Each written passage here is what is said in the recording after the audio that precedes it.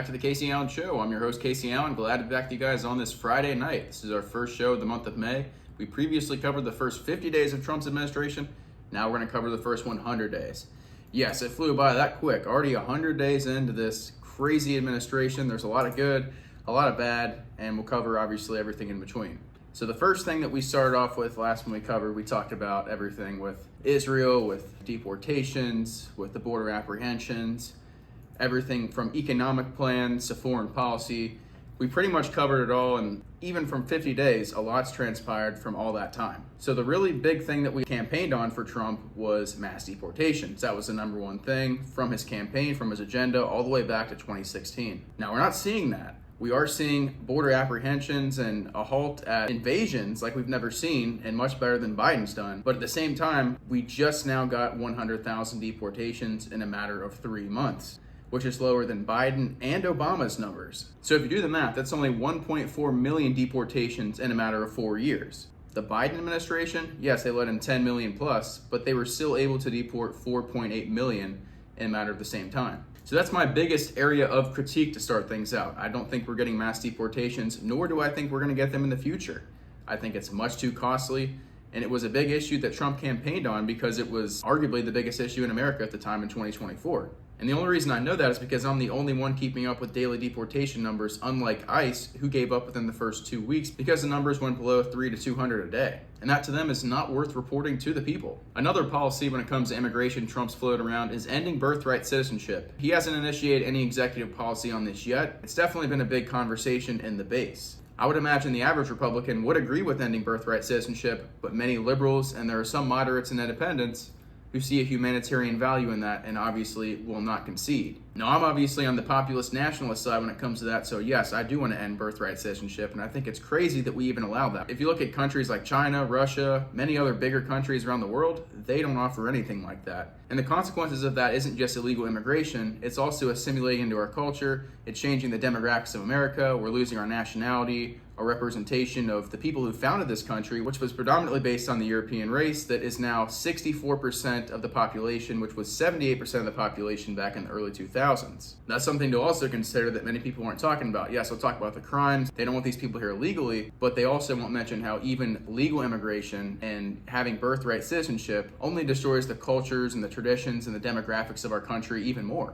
And another policy Trump didn't support in 2016 that he's now supporting is adding green cards to diplomas. In 2016 up to 2024, he campaigned on America First, on ending illegal immigration, really transitioning back to the old America. He went from nationalism to heavy deportations to now saying we're going to allow you to come into our country on a visa, and if you graduate college, we'll give you a green card so you can be a citizen now.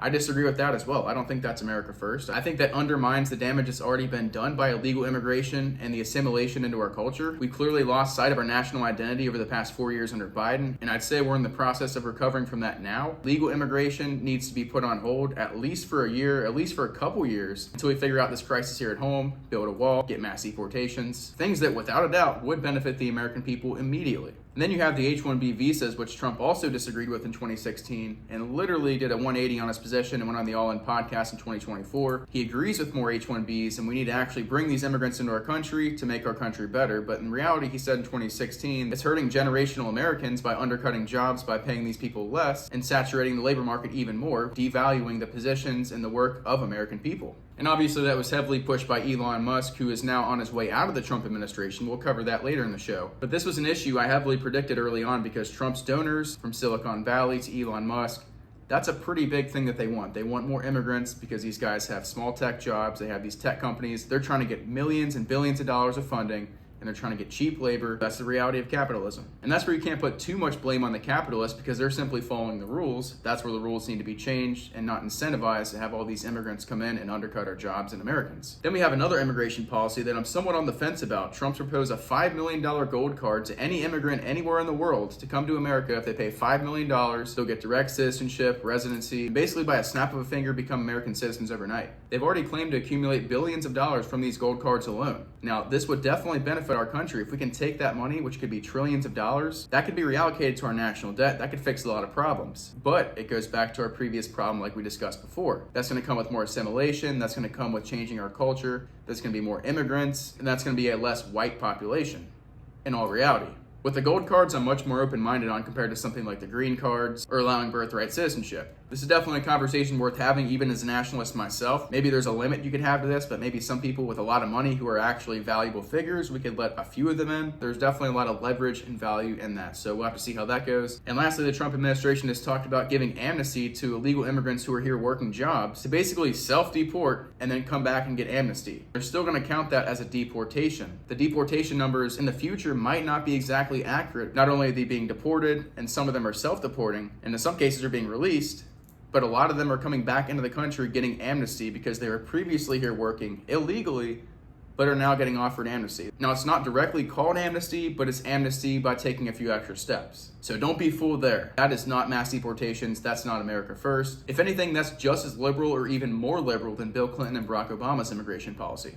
And then one more story on deportations. We covered this briefly a few episodes ago, and we're not going to spend too much time on it, but the college students on visas in a lot of these Ivy League schools that are being deported for simply criticizing Israel, or writing an op-ed simply criticizing Israel's government, which happened in one case. Then you have Muhammad Khalil, who didn't even commit any crimes. He had a wife who was an American citizen, and he was in the process of getting a citizenship. Just because he was involved with a terrorist organization, Hamas, they claimed he was an organizer, and they actually didn't even confirm that he was connected to a terrorist organization, is the funny thing. Just because he sympathizes for Palestine, or he's a Hamas sympathizer, as they say, he doesn't have to commit any crimes. It's just simply the acts or the organization, which is very close to violating the First Amendment. Now, this guy isn't a U.S. citizen, so you have to take that in mind. He's not a citizen. He's here on a visa. But at the same time, I will admit, I do not want more immigrants here. We need less immigration. It's actually against my political interest to be sticking up for Muhammad Khalil. But the fact that he didn't commit any crimes, he just used his First Amendment rights by organizing and giving speeches, supposedly talking to people that were Hamas sympathizers or Palestine sympathizers. When we also know that Israel's committing genocide, October 7th was literally a manufactured crisis done by Israel. Israel elected the Hamas government to do this. They're trying to do the same thing with Yemen, and they're going to do the same thing with Iran. So with all that in consideration, I don't think he should have been deported. Now, if he was actually involved in violent actions, if he physically took part in harming a student or vandalizing the university, then there's a conversation to be had. But even Marco Rubio's interview on NBC, he gave one of the worst takes I've ever seen. He claimed this guy didn't commit any crimes. Just the fact that he was involved or associated with people who they think are terrorists, they clearly don't have the understanding about what happened on October 7th and what Israel is literally doing, or they're complicit with it. Just because of his association, they took him out of the country and he's gone. Now, a lot of you guys are probably saying, Kacee, who cares? He wasn't even a citizen. But that's where it starts. They start deporting people that are on visas that are critical of Israel on college campuses. Then they work their way to Americans who are critical of Israel. If they don't get enough criticism for that and it's successful, they're not going to stop there, because we all know 38 out of 50 states, you cannot get a government contract in the United States or work for a government agency if you're critical of Israel. That's a fact. Look it up. Even in states like Tennessee, that's a thing. Kentucky, it's literally almost every state you cannot criticize Israel and get a government contract. The administration's goal here for combating anti-Semitism is to pressure these universities to crack down on this speech so there's no organized protest, there's nobody in opposition to the war. The U.S. government, especially this administration, is going to side with Israel. Israel basically got Trump elected after October 7th. Biden wasn't actually about to give Israel everything they wanted. Netanyahu's called Trump the most friendly president towards Israel ever. And they were simply waiting to run the clock out to eventually level out Gaza, then they're going to go into the West Bank, and then finally start war with Iran, which I thought would start right about now. I'll give Trump a tiny bit of credit. He did say that we're not going to let this happen. We'll have to see if any false flags happen between then and now.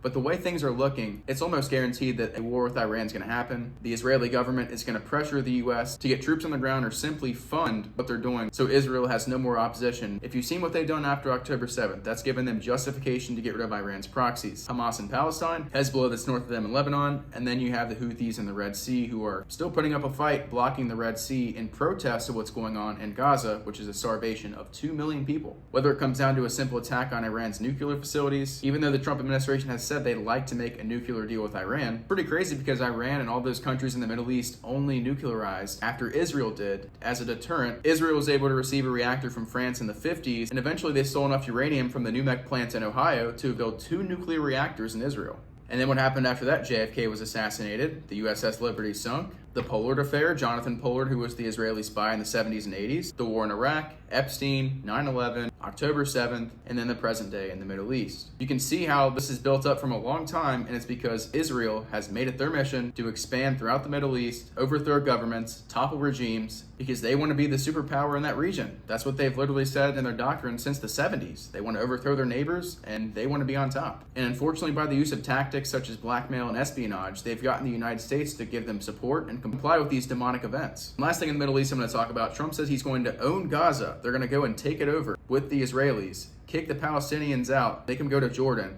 and make it like this resort, which would be a direct violation of Article 49 of the Fourth Geneva Convention, which says you're not allowed to displace native residents of a sovereign land. It's just the truth. I hope he's all talked there. I think he is, but if that actually happens, that would be serious grounds for war crime, similar to what Netanyahu's facing right now. That could be Trump in many countries. I don't think he wants to get involved with the ICC because they'll certainly put him on that list. All we can hope is that Trump figures this out. He puts America first. We don't fall for any false flags, and we do not go to war with Iran. That's the most we can ask. If Trump can avoid war with Iran and bring peace to all these conflicts, I'll at least give him credit for that. But unfortunately, I don't see it going that way with any of these conflicts. I think things are going to get a lot worse, especially in the Middle East, before they get better. Although contrary to that, with Russia and Ukraine, things have kind of leveled out. They kind of stayed the same for the past 50 days, but we'll get into that in a little bit. I want to get to the economy now because that's one of the biggest things over the past 50 days that people have been talking about, especially with the tariffs, how it temporarily wrecked the market and now rebounded after 2 weeks. But everyone was freaking out. Many people on the right, libertarians like Rand Paul, all that crowd, they actually blamed Trump for these tariffs and said that these tariffs are going to hurt Americans and then Americans are going to directly pay these tariffs, which is obviously a lie. I mean, I've called out Rand Paul a few times for this, and it's pretty funny because I've always been a big supporter of Rand Paul, but clearly he's siding with the swamp now. The reason for tariffs is for countries to stop undercutting our jobs, to cut the trade deficit, and to make things balanced. That's literally what it is, because we're getting screwed over in the United States by all these countries. We don't impose tariffs on them, but all these countries impose tariffs on us. Now, when Trump says he's going to impose reciprocal tariffs, this is to pressure them to bring their manufacturing and their industry back to our country, because we're getting undercut so badly. I mean, NAFTA with the car industry, it goes on. There's literally every field has been undercut because countries realize that they're able to. This is what free market economics brings you, and this is why libertarians are wrong here. When the tariffs are actually imposed, the companies will pay them at the port. They're not going to be directly attributed to the consumer because you're not going to be able to pay 30 to 50% more directly. No one's going to be able to afford anything, so therefore the price cannot go up that much. It's a supply and demand economy. But people who are being paid money to tell you lies about tariffs because they have a political interest not to, like I'm speculating Rand Paul probably does now, they're going to say that no, tariffs are directly attributed to the consumers, they hurt us, and it's stopping free trade because free trade is what makes the world fair. Really, because if that's the case, we're going to be undercut by every country, we're going to be dependent on Taiwan, we're going to be dependent on China, we're going to have no manufacturing, and we will not be the global superpower of the world. It's that simple. Everyone that's not a Trump loyalist was critical of it because they saw their personal accounts get wrecked. Obviously, volatility is expected with something like that because of the uncertainty, and even the uncertainty today because they're still negotiating tariffs with 200 countries. We don't know what the landscape exactly looks like until it's fully settled. And that's what investors, economists, and these CEOs of public companies are afraid of because of the uncertainty. They don't know what's going to happen. They don't know if they need to lay off more people, invest in more properties. They don't even know if they're performing well in a certain quarter because of the tariff uncertainty. But this is inevitable. If you want to actually bring back American industry, you're going to have a short-term struggle for a long-term gain. But that's really with anything, though. If you're an investor, in most cases, you're not going to expect a 100% return overnight. It's going to take time. At a short-term loss, which is the investment, you will get a long-term gain. And that's the same idea with tariffs. We'll be less dependent on the global economy and will be more dependent here at home. Everyone will be coming to us to do business in our country, not the opposite way around.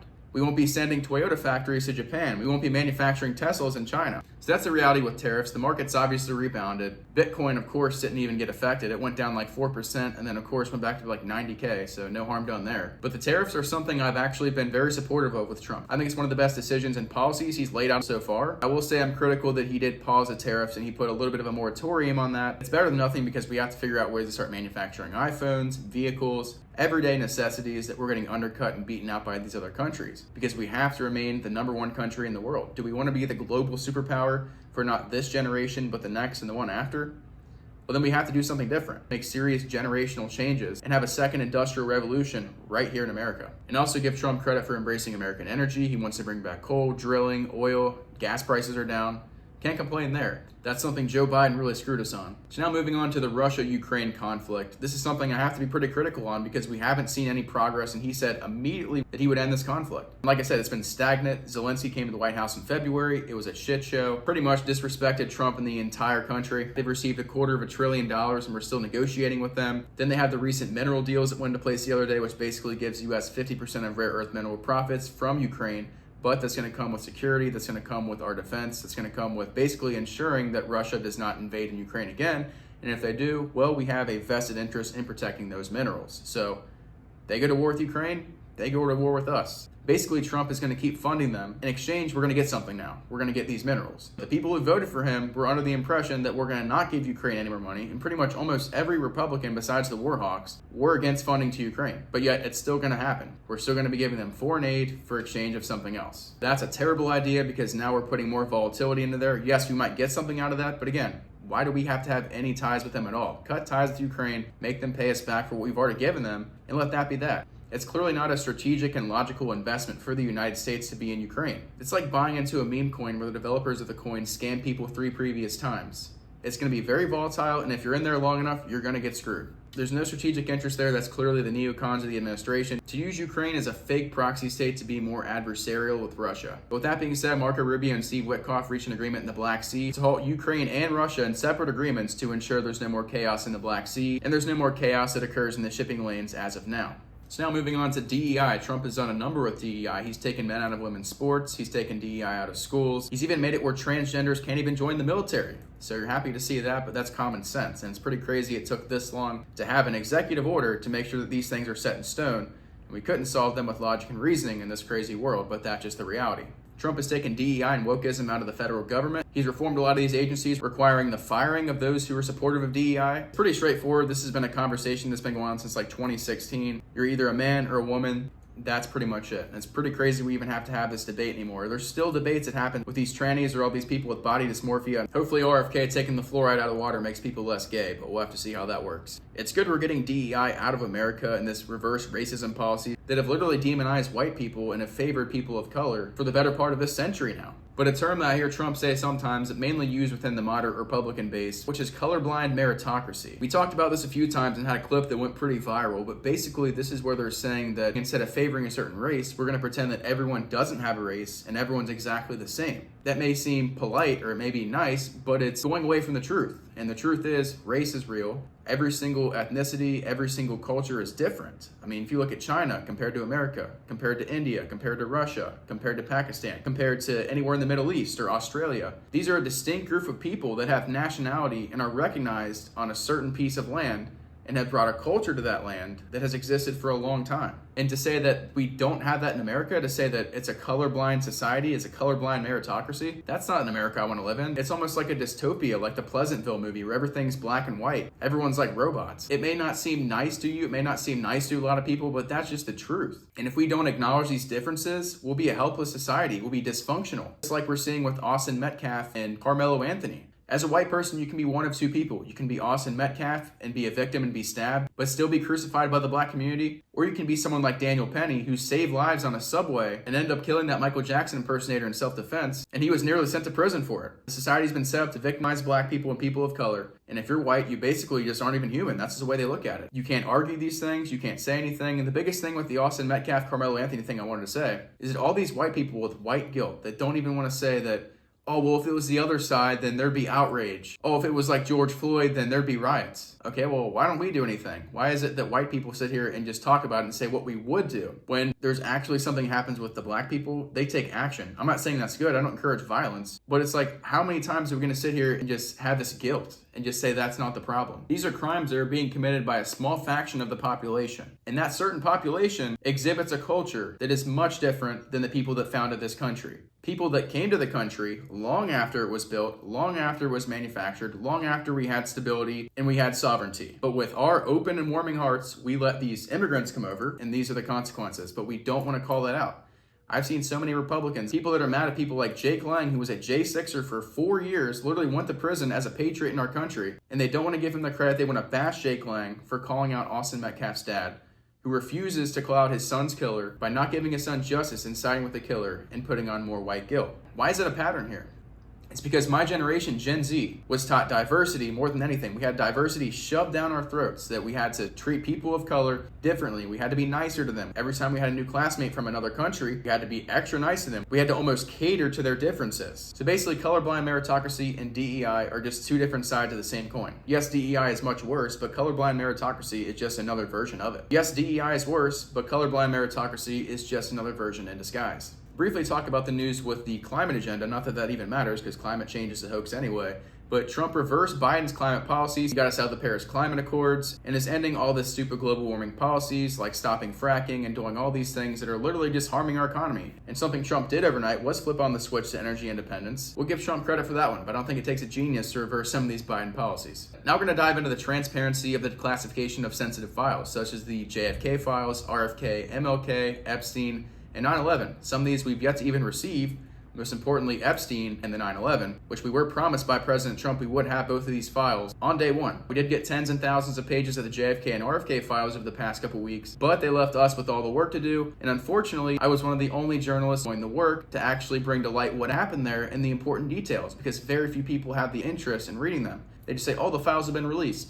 Okay, next, moving on. It's like, no, don't you have any interest in what's in them? It's like, yeah, that might be important to look at. The RFK file release on a Rumble stream, not on our show, but on a Rumble stream about a week ago. You can check that out. But we're going to be doing a deep dive on the JFK and RFK file release, and then the MLK file release, which is soon to come out. We're going to be doing separate episodes for all of those deep dives for about an hour to two. We'll have a screen up. We're going to be doing a full dive on all the files and a full explanatory on what actually happened with the JFK and RFK assassination, as well as MLK. But the Epstein files is what I want to talk about. They did that charade at the White House where they brought influencers up there with binders and said, this is the most transparent administration, when it was files of information that's already been released. So nothing new there. They still wanted to give the same perception that we're transparent here because we release these files. We brought trusted influencers, not journalists, but trusted MAGA influencers like DC Drano into the White House. We're going to give them these binders, and there you go. That's transparency. But what's in the binders? Information that's already been released. Pam Bondi, the Attorney General, had a set release date for all of these files. Something went wrong. She blamed Kash Patel. Kash Patel says someone in the FBI leaked the information and they can't have access to it. I mean, what's taking so long? It's almost like they're complicit in censoring this information because they're worried about who it affects, who it implicates. Does it implicate Trump or maybe someone associated to Trump? Maybe people in the administration? Maybe someone like RFK who's been on Epstein's plane and has knowingly had sex issues in the past? I don't know. There's a lot of speculation, a lot of people that probably could be implicated in these files. But what's happened since then is crazy. Virginia Giuffre, who is the main victim in the Epstein case, who knew Epstein, Prince Andrew, Ghislaine Maxwell, she ended up getting in a car crash, hit by a bus, said she had like 4 days left to live on an Instagram post, and then commit suicide apparently when she said she wouldn't do that in 2019. So she was found dead after committing suicide, allegedly, and she was the main victim in this case who knew the most things about Epstein, Prince Andrew, probably had information on a lot of other people as well. And she ends up dead before these files get released. The files were set to be released before she even got in this incident, and then 2019 she said she wouldn't commit suicide, and then she ends up dead because of suicide. You get the picture there? Something doesn't add up. And yet they have not released these files, and certainly don't seem to be any hurry because they prioritize the Tesla bombers and these Tesla liberal retard terrorists, but they haven't done anything about these files. But that's a deep dive for another show. We've talked about the Epstein files a little bit before, and it pretty much ties to the same thing that ties to JFK, the Middle East. It's all Israel. I hate to spoil it for you, but it was Israel. Israel did it. So that's the reality about the JFK files. That's the reality about the Epstein files. At least we got the JFK files, but yeah, the Epstein files, I don't think we're going to get them. They're going to find some excuse, some reason. A building's going to burn down where the files were kept at, and they're going to disappear. I'm telling you, it's going to happen. They have absolutely nothing to gain by releasing these files except the trust of the American people. But what's that going to do? We're going to be trusting of them, and they're going to give us information that's going to literally lose the trust of not only us, but it's going to make us look embarrassed on the world stage. That's what's going to happen when these files get released, because it's going to implicate government officials, it's going to implicate Israel, it's going to implicate previous presidents, celebrities, public figures, people who have literally built the trust of millions and billions of people across the world. They have no interest in doing that. So that's why they're not going to straight up tell you who did it. That's why they're not going to straight up tell you who's behind it. And we might even not get anything after all. We might just get something like that little binder seen at the White House. I'm not the only one that's critical of this. There was a big percentage of voters that voted for Trump because he would declassify these files, especially the Epstein files. Like, that was literally a pledge of his. He made on the Tim Pool podcast. He made on several other shows. He said he would release these files. Why is he himself not going to these departments and saying, why haven't they been released? If you're not actually working on declassifying these things, it's either one, ignorance, you don't don't care, or it's two, you're complicit and you're involved in the censoring and the classification of this information. So that's where you have to ask yourself, is this administration for the people? Is this a base administration? What will this look like in 2 years from now? What will this look like down the road when we're all older and we look back on this administration? Will it be the same as the first term where we didn't get a lot done, but things were at least sustainable? Or will this actually go off the rails and be something completely different? The book has not been written. We're still in the early days, only 100 days in. We haven't even gotten to the midterms. We haven't even gotten to Trump's second State of the Union. Well, I guess you could count his 100-day rally as that, but not really. That's a rally. So the transparency thing's a big issue. They have to do something about these files because that's a big part of their legacy. And if they don't actually release these files, let's just say down the road, years later, somebody does and realizes that the Trump administration at the time was complicit in sealing this information, that's just going to look bad on them. So that's something that they need to take into account. That's a really big problem. Doesn't matter how low they get gas prices, doesn't matter how much they cut the corporate taxes. If they don't release the Epstein files, that might be a stain they can't wash out. So I'll give them this. They have been more transparent in most things compared to the Biden administration. They're now finally getting independent journalists in there. I haven't been invited myself, but they're finally getting into the introductory stage where they're realizing that independent media is much more powerful than the corporate media, and we're starting to overthrow them and really beat them out in viewership. They're starting to be more nuanced and transparency, but like I said, the files are the biggest thing they're going to hurt them. The strategy was probably the best thing coming out of the gates. I mean, Trump campaigned on mass deportations, fixing the economy, just cleaning up Biden's mess. Now, when it comes to effort, Trump is definitely working hard. You can see he's out there every day, traveling, speaking, getting things done. He's somewhat high energy still. Execution, I don't think they're executing their plans like they said they would in the campaign. They really came out strong to start with. They had all these bold promises. Now that's starting to kind of go downhill. It's not looking as strong as it looked at first. I think they've done a good job with creativity. They're introducing a lot of newer tactics, a lot of untraditional and newer advanced ways to conduct things like AI, crypto, independent media, using things like Truth Social, Twitter, live streaming, and getting involved with the public in ways we've never seen before. I like the expansionism mindset. I like that Trump wants to take over Canada. I like that he wants to get into Greenland, take back the Panama Canal. I'm not a big fan of the Gaza Strip thing. I think that's terrible. It's obviously a violation of the Geneva Convention. Other than that, the creativity that goes into those ideas are really unique, and I think that separates Trump from other presidents. That really makes him himself. He wants to do these things that might seem a bit crazy, but in all reality, that would be pretty strategic to have Canada as a 51st state. Many people, especially Canadians, will disagree with me harshly on this. But again, their GDP is $2 trillion. They're struggling with trade. They're having all these issues. They would only benefit by coming to our country and being part of the United States. We would probably have more to lose, but also more to gain from the economy and having access to a wider variety of land and trade routes. It's also good that RFK Jr., the head of HHS, is looking to take out red dye, seed oils, fluoride, all the harmful things in our food supply and water that need to be taken out. That's good that they're looking into that and seeking to make changes. And also Trump withdrawing from the WHO. I'm very supportive of that. Hopefully that's a permanent thing, not temporary, but we'll have to see how that goes. Then again, pardoning the J6ers, pardoning Ross Ulbricht. He probably should pardon Derek Chauvin. That's something he should talk about. Finally, the prosecution and accountability of government officials and the elites who have broken the law and have been involved in some of the most heinous acts that have literally gotten off scot-free. So those are people like Anthony Fauci, Hillary Clinton, Bill Clinton, everyone on the Epstein list. These people need to be held accountable to the fullest extent of the law, be locked up in prison, and maybe in some cases be put on death row. We do need justice in America. There's been a lot of things that's happened from 9/11 to COVID. If you remember the first time Trump campaigned on locking up Hillary, and then the second he got elected, he said, oh, that was good for the campaign. You got a picture. He did this the first time. He's probably going to repeat a lot of the same things when it comes to that. So don't feel like every promise is going to be fulfilled. Same thing with getting rid of taxes on Social Security, overtime, and tips. I don't think that's going to happen. It's a great idea in theory. I don't know if Trump's actually going to get this big bill passed like he says he will to ensure this to happen. But again, there's a lot of speculation with this administration. All we can hope for is global peace, a more sustainable economy, and a country that actually recognizes national identity and Jesus Christ as our Savior. Once we go back to those traditional ways, our country is going to be a lot better. Again, I can't for sure say that Trump's going to be the guy to do that. It's a whole lot better of a chance than we would have had with Kamala Harris, that's for sure. So that's the first 100 days of Trump's administration. A lot to cover there. Hopefully you learned something out of all that and you can shape your own opinions.